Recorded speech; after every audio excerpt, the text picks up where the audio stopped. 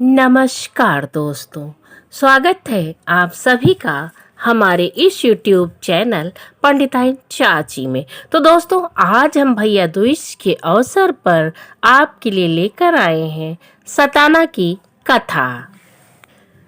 7 भाइयों की अकेली बहन थी सताना। सातों भाइयों की बहुत दुलारी थी। सातों भाइयों की शादी हो चुकी थी।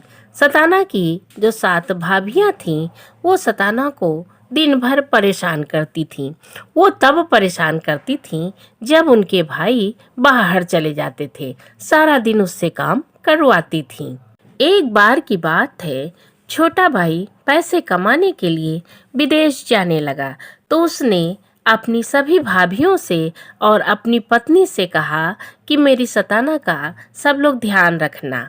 भाभियों ने कहा कि ठीक है, हम लोग तो सताना को प्रेम करते हैं, सताना का ध्यान रखते हैं।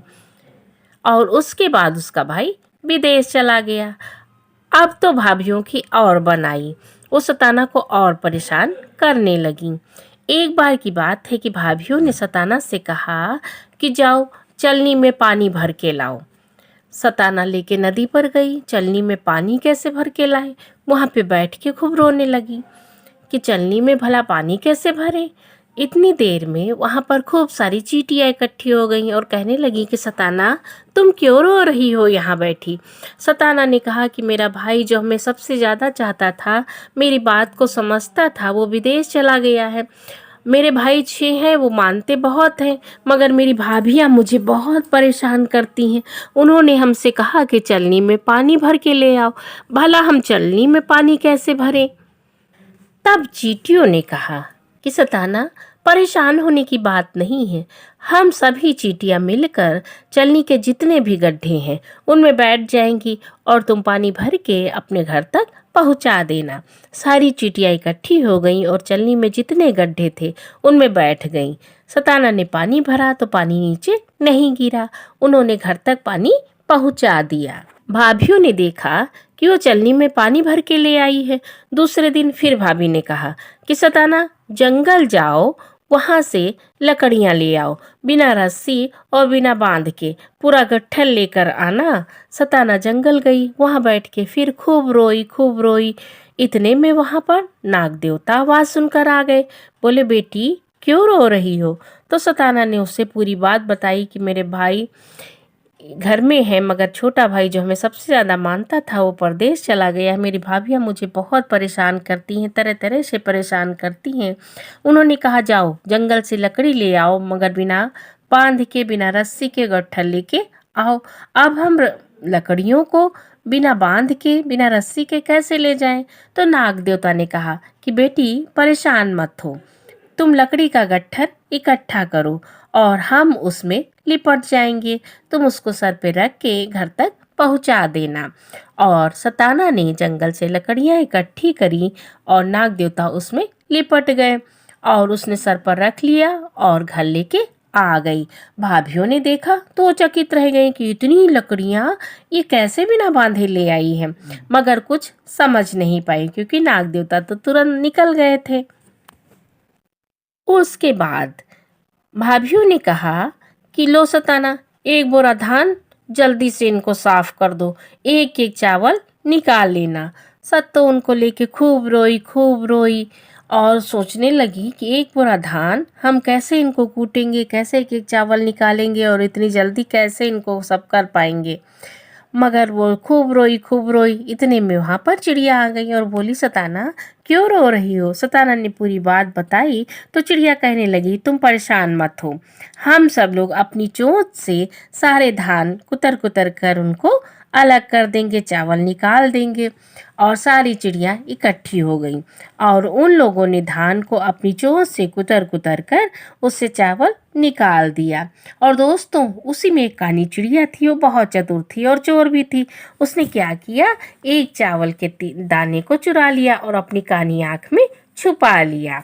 सताना सारे चावल कूट के उनको अलग अलग करके बोरी में भर के घर लेकर आई। भाभियों को दिखाया कि भाभी देखो, हमने चावल को धान से अलग कर दिया है और इनको लेके आए हैं। भाभियां तो उसको परेशान करने में लगी ही थी। उन्होंने सारे चावल गिने और कहा कि सताना, इसमें एक चावल कम है, वो चावल कहाँ गया? तुरंत वो चावल हमें लाके दो। सताना खूब रोने लगी कि हम चावल कहाँ से लाएंगे। फिर वहीं पे गई और बैठ के खूब रोने लगी। सारी चिड़िया फिर आई, कहने लगी सताना, आप क्यों रो रही हो? हम लोगों ने तो तुम्हारा काम 1 घंटे में ही कर दिया था। उसने कहा कि एक चावल उसमें कम है। भाभीियों ने कहा वो चावल लेकर आओ। तो जो उसमें रानी चिड़िया थी, उसने सारी चिड़ियों को इकट्ठा किया और कहा, बताओ, सच सच बताओ, किसने एक चावल चुराया है? तो जो कानी चिड़िया थी वो अपना मुंह चुरा रही थी। तो चिड़िया की जो रानी थी उसने कहा, तुम ही ने वो चावल चुराया है, तुरंत निकाल के वो चावल सताना को दो। कानी चिड़िया ने अपनी आँख से वो चावल निकाल कर सताना को दिया। सताना ने लाके भाभी को दे दिया।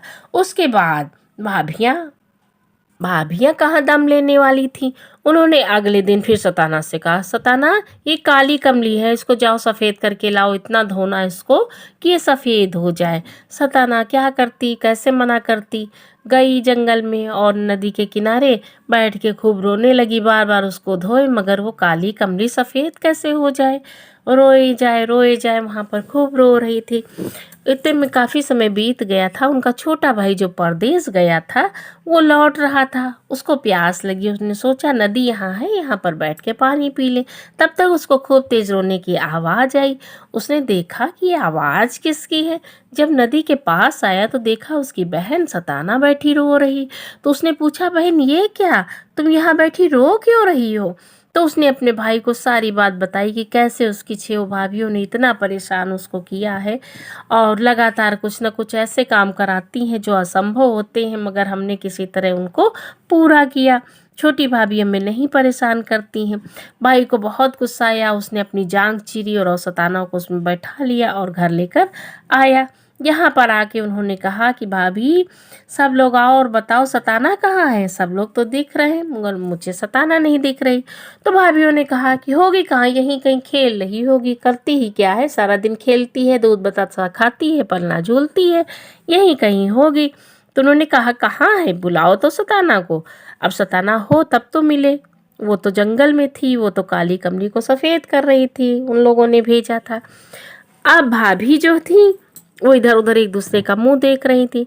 तब भाई ने अपनी जांग चीर को सताना को निकाला। तब तक उसके 6 भाई भी इकट्ठे हो गए थे। वो तो अनजान थे, उन्हें कुछ पता ही नहीं था कि सताना को इतना परेशान किया जा रहा। भाई ने सारी बात बताई, कहा कि इन लोगों ने सताना को बहुत परेशान किया है। सब भाभियां कहने लगी, हमने नहीं परेशान किया, हमने नहीं परेशान किया। तो भाई ने कहा, कोई बात नहीं, किसी ने नहीं परेशान किया, चलो चूल्हा जलाओ, उस पर एक कढ़ाई चलाओ, उसमें तेल डालो और उसमें जब कढ़ाई खूब गर्म हो जाए तेल, तो उसमें सारी भाभियां आके उसमें उंगली डालो। जिसने नहीं परेशान किया होगा उसकी उंगली नहीं जलेगी, जिसने परेशान किया होगा उसकी पूरी उंगली जल जाएगी। अब भाई आग जलाई गई, कढ़ाई चढ़ाई गई, उसमें गरम तेल डाला गया और सब भाभियों से कहा गया कि इसके चक्कर लगाओ और कहो, ताई ताई ताई ननद सताई सो जरी बरी जाई। सारी भाभियां लाइन से जा रही थीं और उसमें उंगली डाल रही थी और कह रही थी, ताई ताई ताई ननद सताई सो जरी बर जाई। बड़ी भाभी ने जैसे ही उसमें उंगली डाली, उनकी पूरी उंगली जल गई। इसी तरह 6 भाभियों की उंगलियां जल गईं। जो छोटी भाभी थी उसकी उंगली नहीं जली, क्योंकि वो सताना को प्रेम करती थी, कुछ कह नहीं पाती थी, ध्यान रखती थी, सबसे छोटी थी। सबकी उंगलियां जल गईं। अब भाइयों ने कहा कि चलो तुम लोग भागो यहाँ से, तुम सताना घर में रहेगी, तुम लोग को अभी जंगल हम भिजवा देते हैं और जंगल में तुम लोग रहो जाके। तुम लोगों ने मेरी बहन को इतना परेशान किया और हम लोग को जान ही ना पाए, अगर छोटा ना आता तो हम लोग को जान ही ना पाते। और उनको जंगल भेजने के लिए खूब मारा पीटा और जंगल भेजने की तैयारी करने लगे। तब सभी भाभियां सताना के पैरों पर गिर जाती, खूब माफ़ी मांगती, सभी भाइयों से माफ़ी मांगती हैं और कहती, हम कभी सताना को परेशान नहीं करेंगे। सताना कहती कि भैया भाभियों को मत जंगल भेजो, ये मेरी भाभियां हैं, जैसी भी हैं मेरी भाभियां हैं। तब फिर भाई लोग सताना की बात मान के उनको जंगल नहीं भेजते हैं और वो घर में सभी भाभियां माफ़ी मांगकर रहने लगती हैं। तो दोस्तों, भैया दूज में ये कथा कही जाती है। कैसी लगी कथा? अगर पसंद आई हो तो हमारे चैनल पंडिताइन चाची को लाइक शेयर सब्सक्राइब करना ना भूलें।